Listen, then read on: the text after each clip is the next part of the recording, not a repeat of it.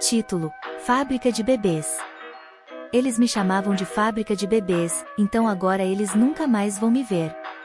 Meus pais eram legais quando eu era criança, mas quando tentei estabelecer minha independência, eles começaram a me manipular, ridicularizar e abusar mentalmente até que eu os cortei da minha vida. Eles não sabem disso. Então, este post é apenas para me lembrar do que fizeram quando, eventualmente, vierem se arrastando para mim, chorando sobre o quanto são bons pais e como eu estou sendo terrível. Eu quero dizer primeiro que tive uma infância difícil, mas não por causa deles. Eu era uma criança feliz, tinha amigos e, embora pouco adaptada, éramos pobres. Mudamos para diferentes partes do Brasil cerca de 2 vezes, e meus irmãos e meu pai eram todos diferentes de maneiras distintas. Meu irmão mais novo e meu pai tinham dificuldades auditivas. Minha irmã mais nova sofreu lesões cerebrais e nas costas devido a uma malformação. Mas quando as coisas começaram a mudar de verdade foi quando eu estava no ensino médio, por volta do meu 3º ano. Conheci um rapaz, éramos melhores amigos e depois começamos a namorar. Ele era uma pessoa horrível. Acabou que eu e minha irmã tivemos que obter uma medida protetiva contra ele, e meus irmãos viram e ouviram coisas sobre mim que nunca deveriam ter sido expostas. Me formei no ensino médio, embora provavelmente não devesse ter conseguido com minhas notas. Tenho certeza de que meus professores só tiveram pena de mim. Depois de cerca de 1 mês, fui diagnosticada com ansiedade e depressão. Quem poderia ter imaginado? Comecei a tomar a medicação e funcionou bem por um dia, mas depois isso me levou a ter ataques de pânico o dia todo, alucinações intensas, grandes problemas com distúrbio alimentar e uma incapacidade de controlar qualquer emoção. Acabei agredindo minha irmã mais nova em uma disputa envolvendo a máquina de lavar louça, algo que ainda hoje faria qualquer coisa para reverter se pudesse. Não me lembro daquele período de 3 meses ou mais. Bloqueei a maioria das memórias porque eram tão mental e emocionalmente exaustivas que só de pensar nelas me deixa deprimida. Mas na época, eu realmente pensei que meus pais estavam fazendo tudo o que podiam para me ajudar.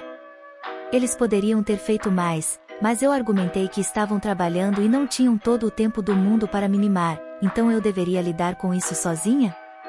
Eventualmente, decidi fazer uma desintoxicação abrupta e passei por sintomas de abstinência que eram quase tão terríveis quanto os próprios medicamentos. Olhando para trás agora, percebo que a única maneira de meus pais terem sido mais distantes seria se eles tivessem feito as malas e se mudado.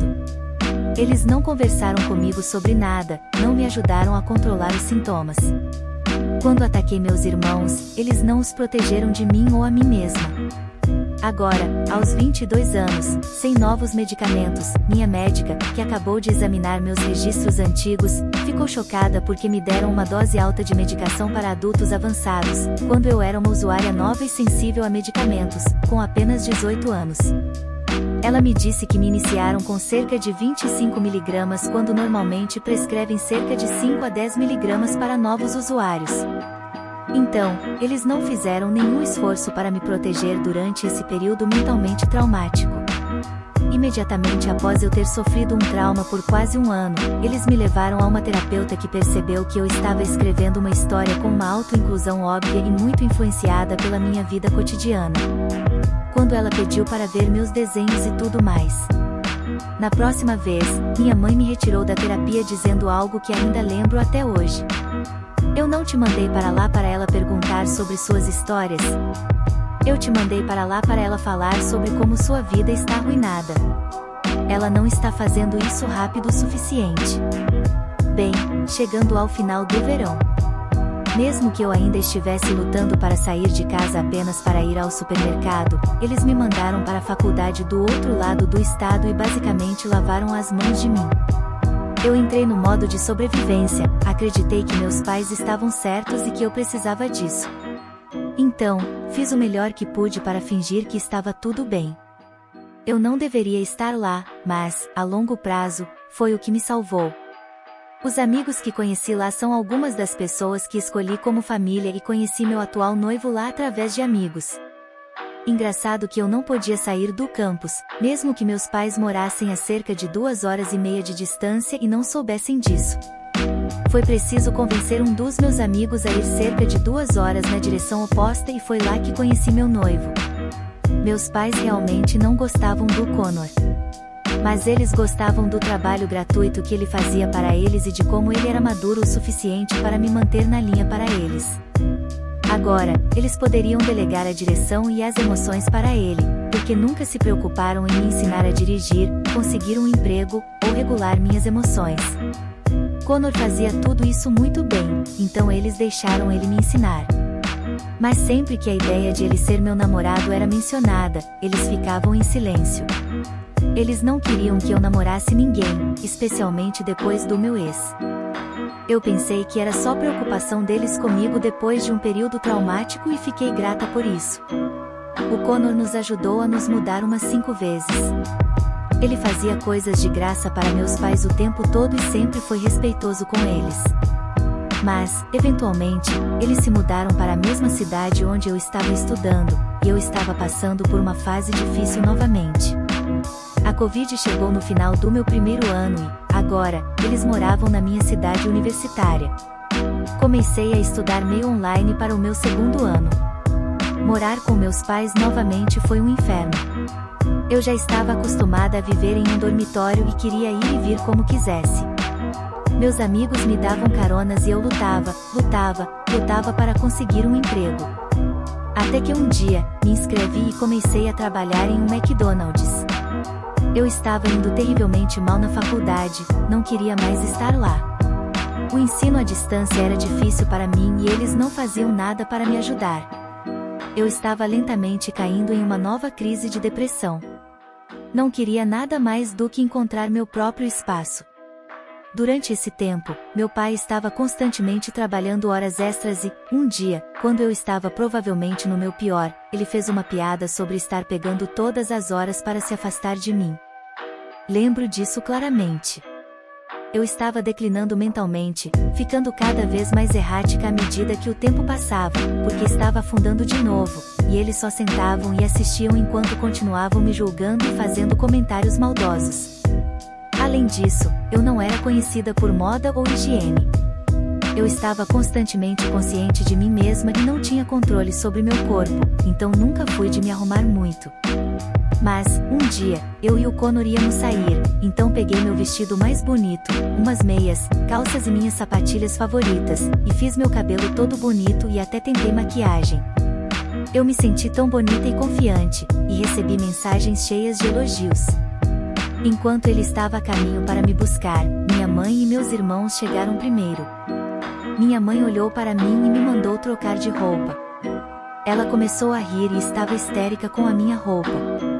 Ela não conseguia se acalmar e o motivo era que eu sou uma garota de seios grandes e tinha engordado recentemente porque meu transtorno alimentar estava mudando de anorexia para compulsão alimentar. Nenhuma das minhas roupas me servia. Eu estava em lágrimas e acabei colocando minha calça jeans normal e um moletom, mesmo com quase 30 graus Celsius, e corri para o carro do Connor em lágrimas. Eles continuaram tentando me chamar de volta para casa, mas eu fiz com que ele dirigisse sem falar com eles. Eu não fiquei na casa deles por quase 2 dias. Minha mãe passou a primeira noite me mandando mensagens dizendo que eu estava exagerando e que nenhuma das roupas me servia. Ela poderia ter sido mais compreensiva, mas, honestamente, eu preciso ser realista sobre minha moda se eu for tentar. Se você não percebeu até agora, minha mãe escolheu quase todas as peças de roupa que eu possuía porque eu não estava mais com anorexia. Ela ficava muito chateada sempre que eu mostrava minha pele. A vida diária estava piorando a cada dia. Mas eventualmente eu abri comissões. Postei no Facebook para a família e ninguém respondeu, exceto minha avó distante do lado da minha mãe, pedindo uma peça incrivelmente difícil. Eu desenho principalmente mulheres bonitas em poses específicas com canetas ou lápis, e só isso, especialmente naquela época. Ela pediu um desenho de paisagem da casa da infância dela em aquarela realista, sem nenhuma referência e que não via desde criança. Isso valia facilmente cerca de $150, talvez mais, porque sou péssima em precificar comissões.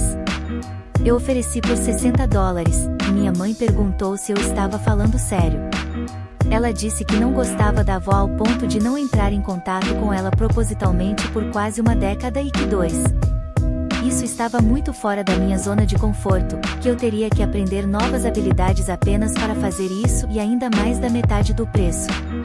Então meu pai me mandou uma mensagem perguntando se eu estava falando sério. Isso se transformou em uma competição para ver quem poderia ser mais frio e quão rápido eu poderia sair de casa. Eu não estava agradável. Serei a primeira a admitir isso. Eu estava mentalmente instável e atacando todos, mas eu ainda era uma criança que se recuperava do efeito das drogas, que foram prescritas em excesso e da indiferença emocional deles durante uma pandemia. Eu me mudei de emergência para morar com meu noivo, então namorado, e nosso amigo que nos apresentou e não falei com eles por uma semana. Esse é o início do padrão que eles continuam a seguir até hoje, independentemente da situação. Eles finalmente me mandaram mensagem de volta após uma semana e meia, e agiram como se nada tivesse acontecido. Eles não me expulsaram. Eu não tinha brigado com eles por dias naquele ponto e não tínhamos trocado alguns dos olhares mais maldosos e frases curtas de nossas vidas uns com os outros. Eles queriam falar sobre futebol e coisas triviais em suas vidas.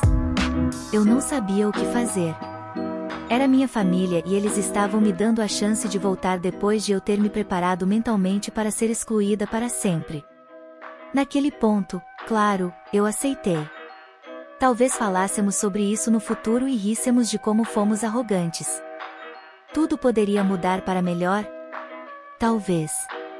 Eu e meu noivo moramos juntos por cerca de um ano antes de considerarmos mudar para a cidade onde nos conhecemos, onde ele cresceu. Toda a família dele morava lá, no nosso apartamento atual.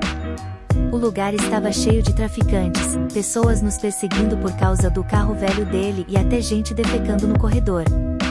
Naquele momento, era apenas uma ideia, nada concreto.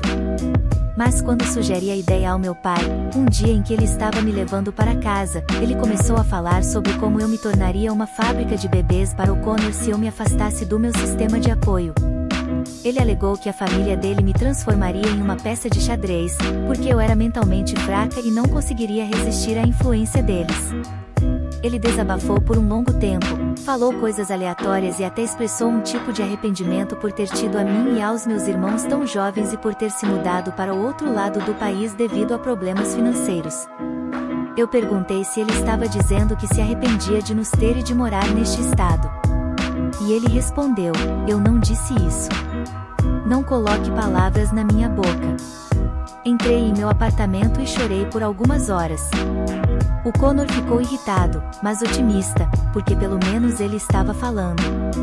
Ambos ignoramos as partes ruins e tentamos seguir em frente, esperando que isso significasse que ele estaria aberto a conversar com mais frequência no futuro.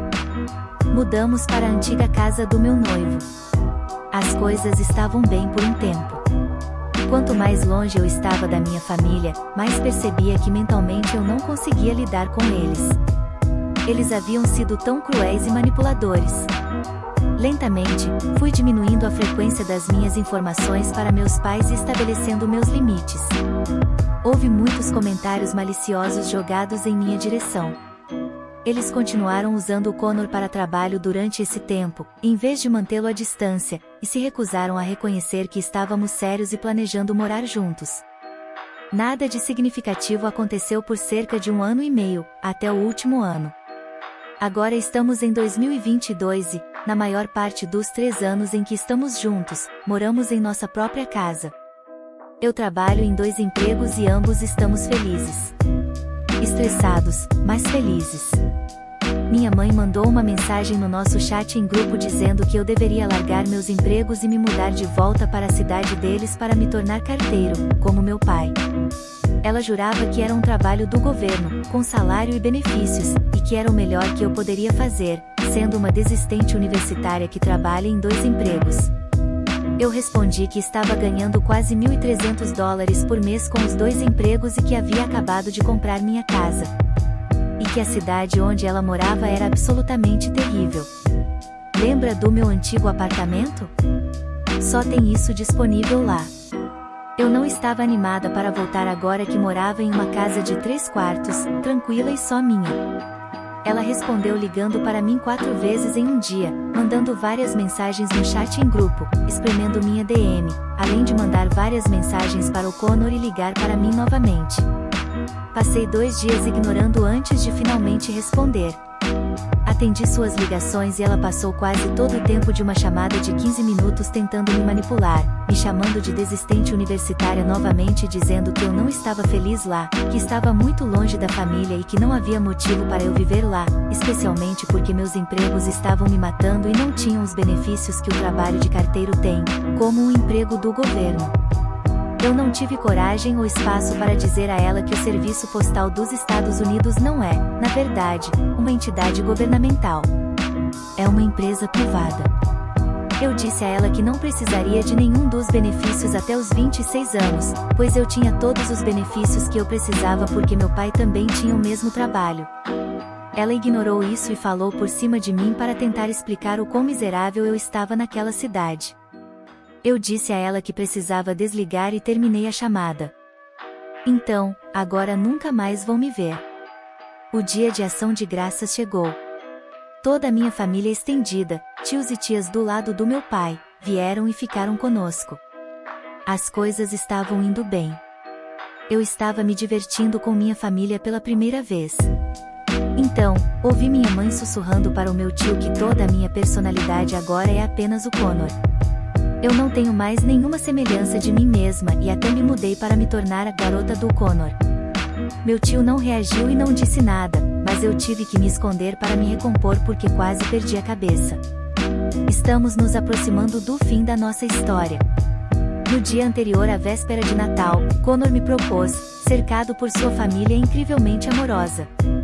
Colocou meu anel na minha meia e foi lindo. A primeira pessoa para quem liguei foi minha melhor amiga e, em seguida, minha mãe. Era quase 1h da manhã e consegui falar com ela ao telefone. Eu disse a ela que sabia que era tarde, mas que estava noiva. Ela me respondeu de forma direta: querida, isso é incrível. Mas não mande mensagem no grupo da família nem nada, porque seu pai está dormindo e ele tem que acordar às 5 da manhã. Parabéns, vou voltar a dormir. Nenhum deles entrou em contato comigo sobre meu noivado por quase uma semana, até eu voltar para o Natal deles. Eu fui com minha melhor amiga e, durante todo o tempo, minha família me tratou mal, lembrando do tamanho errado que eu usava e, em vez de pedir desculpas, insistiram que eu não sabia meu tamanho e que eu era um GG. Sou de tamanho médio grande e a noite começou com minha mãe mencionando meu noivado apenas uma vez. Começou com minha mãe, no meio de tudo, de repente, rindo e dizendo: seu pai e seu amigo tiveram a coisa mais engraçada a dizer sobre o seu noivado. Pai, mostre para elas. Meu pai apenas sorriu e começou a rir, enquanto meus irmãos riam junto. Meu pai disse: a loucura de você estar noiva porque você é tão jovem. Pedi para ver as mensagens. Talvez eu tenha entendido mal. Elas deviam ser engraçadas com base nas reações deles, porque aquilo definitivamente não foi engraçado. Especialmente quando minha melhor amiga estava sentada ali ouvindo. Se fosse algo, era embaraçoso. Eu li as mensagens e algo assim: amigo, cara, ela está noiva, isso é loucura. Ela é muito jovem e está entrando nisso rápido demais. Pai, eu sei. Estou chateado e lutando agora, porque meus filhos estão se forçando a crescer quando não estão prontos, e é difícil ficar lá e assistir eles fracassarem e não fazer nada sobre isso. Eu apenas sorri enquanto todos riam e se divertiam com o quão engraçado isso era. Eu estava lutando para não explodir em lágrimas e gritar com eles. Minha amiga me puxou de lado e perguntou várias vezes se deveríamos sair, mas na época eu estava usando o carro deles. Então, eu disse a ela que não iria sair, que jogaria o jogo até poder devolver o carro e, depois, uma vez em suas mãos novamente, eu cortaria o contato.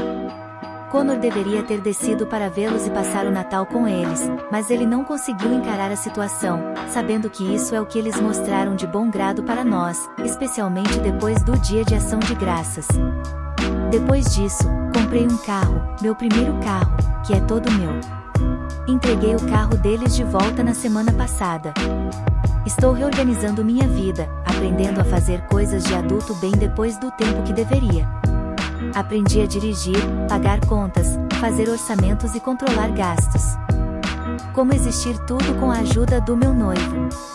Tive que ensinar a mim mesma a gerenciar minha própria saúde mental com a ajuda do meu noivo e amigos. Estou cansada de inventar desculpas para precisar deles em minha vida.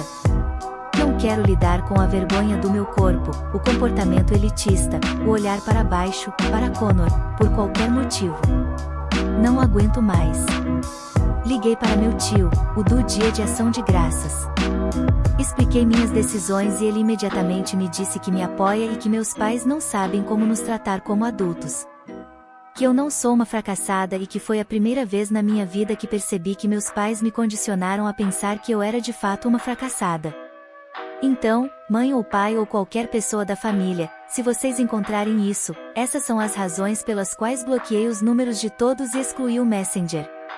Porque eu e o Connor temos nossas declarações e informações prontas para quando vocês enviarem um cheque de bem-estar social.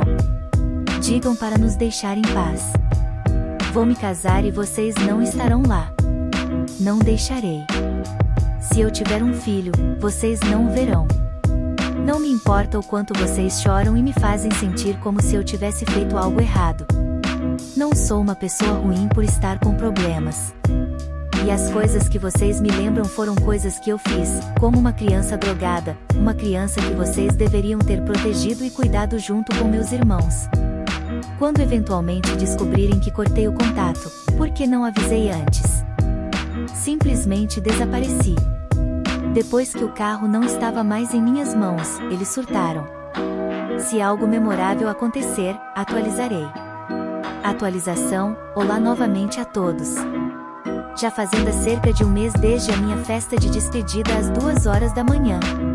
Eu quero dizer, obrigada pelo apoio esmagador que recebi na outra postagem. Gostaria de me desculpar pela confusão e pelo tom da última postagem. Eu estava no meio de um ataque de pânico e tinha estado ignorando ligações e mensagens deles por dias. Eu me senti uma pessoa horrível e estava me fazendo duvidar de mim mesma para quase voltar a contatá-los novamente. Mas para a atualização real, eu devolvi o carro deles e, depois disso, desapareci. Bloqueei todos os números de telefone da minha família, mas deixei meus irmãos desbloqueados e abertos em todas as redes sociais. Eu não queria que os números deles fossem usados para entrar em contato comigo, a menos que fosse por eles mesmos, e desde então, os números deles foram desbloqueados, não houve contato. Meus pais não perceberam de imediato. Recebi uma mensagem da minha mãe dizendo que estava tentando o máximo que podia, que eu estava me afastando e ela não sabia o porquê. Talvez eu poste algumas capturas de tela das minhas conversas com eles em algum momento no futuro, para que vocês possam ver o quão egocêntricos eles agem. Foi principalmente minha mãe por um tempo, nada realmente do meu pai. Então, um dia ela mandou uma mensagem dizendo que me daria espaço porque eu não estava falando com eles por algum motivo. E depois disso, ela cessou todo o contato, ficou quieta por cerca de uma semana. Depois, meu pai começou a me ligar. Meu telefone me mostra a identificação do chamador e a hora em que ligou, mas bloqueia a ligação em si. Então, por cerca de uma semana, eu via quase todas as manhãs que havia perdido uma ligação dele. Depois ele começou a me mandar mensagens de texto e tentou usar a tática antiga de intimidação para me fazer falar com ele. Era principalmente só, você. Melhor atender o telefone agora. Depois ele ligava várias vezes, mas finalmente mandou uma mensagem de texto há uma semana, sendo enigmático sobre como eu não saberia das coisas até depois que acontecessem. E se eu fosse agir como uma criança? Essas eram as consequências. Eu meio que só revirei os olhos e não respondi. Acabei descobrindo, depois de dar uma olhada rápida no chat em grupo da família, que ele foi diagnosticado com uma síndrome do túnel do carpo, bastante grave em ambas as mãos, e uma lesão severa na região lombar que ainda não descobriram. Ele também sofre de uma série de outras doenças no momento, mas ainda se força a trabalhar mais de 60 horas como carteiro, então não sei o que ele espera. Para ser sincera, isso pode me fazer uma pessoa ruim, mas eu realmente não me importei. Se fosse sobre meus irmãos, eu provavelmente teria pegado o telefone e estaria surtando, mas eu não tenho muitos sentimentos além de ressentimento, confusão e raiva com meus pais. Então, essa notícia não me afetou muito. Em notícias melhores, o Connor recebeu alguns aumentos devido às regulamentações do condado serem alteradas, e eu também consegui um emprego com o condado. Estarei passando para meu próprio seguro e finalmente conseguirei me mudar sem me preocupar com o contrato. Também descobri, nessa época, que meus pais haviam retirado 5 empréstimos diferentes em meu nome para pagar pela faculdade, variando de cerca de $12.000. Eles não discutiram isso comigo e aparentemente pagaram todos nos últimos 3 anos, então eu tenho crédito. Quando pensei que não tinha, então agora eu tenho que descobrir uma maneira de transferi-lo para o meu nome e entender a logística. Mas sim, isso é uma coisa agora. Meus irmãos não entraram em contato comigo. O do meio está incrivelmente irritado com o meu comportamento e quer que eu entre em contato com minha mãe, pelo menos. Eu só evitei o assunto com ele. O outro irmão, honestamente, não posso dizer como ele se sente, mas aparentemente eles planejam se mudar para uma cidade grande, a cerca de 4 horas de distância para a faculdade nos próximos anos, então espero que passem pela mesma transformação que eu passei. Isso é basicamente tudo. Muitas mensagens estranhas que só estressaram minha situação financeira. Está melhorando. Nós também compramos um cachorro recentemente, o nome dela é mãe de nosso outro cachorro. Copper ainda está se acostumando com ela, então meus dias estão ocupados, principalmente cuidando de um filhote de pastor alemão que me acorda com latidos às 6 da manhã todos os dias. Espero que todos tenham um ótimo dia e obrigada novamente pelos comentários maravilhosos e apoio no meu último post.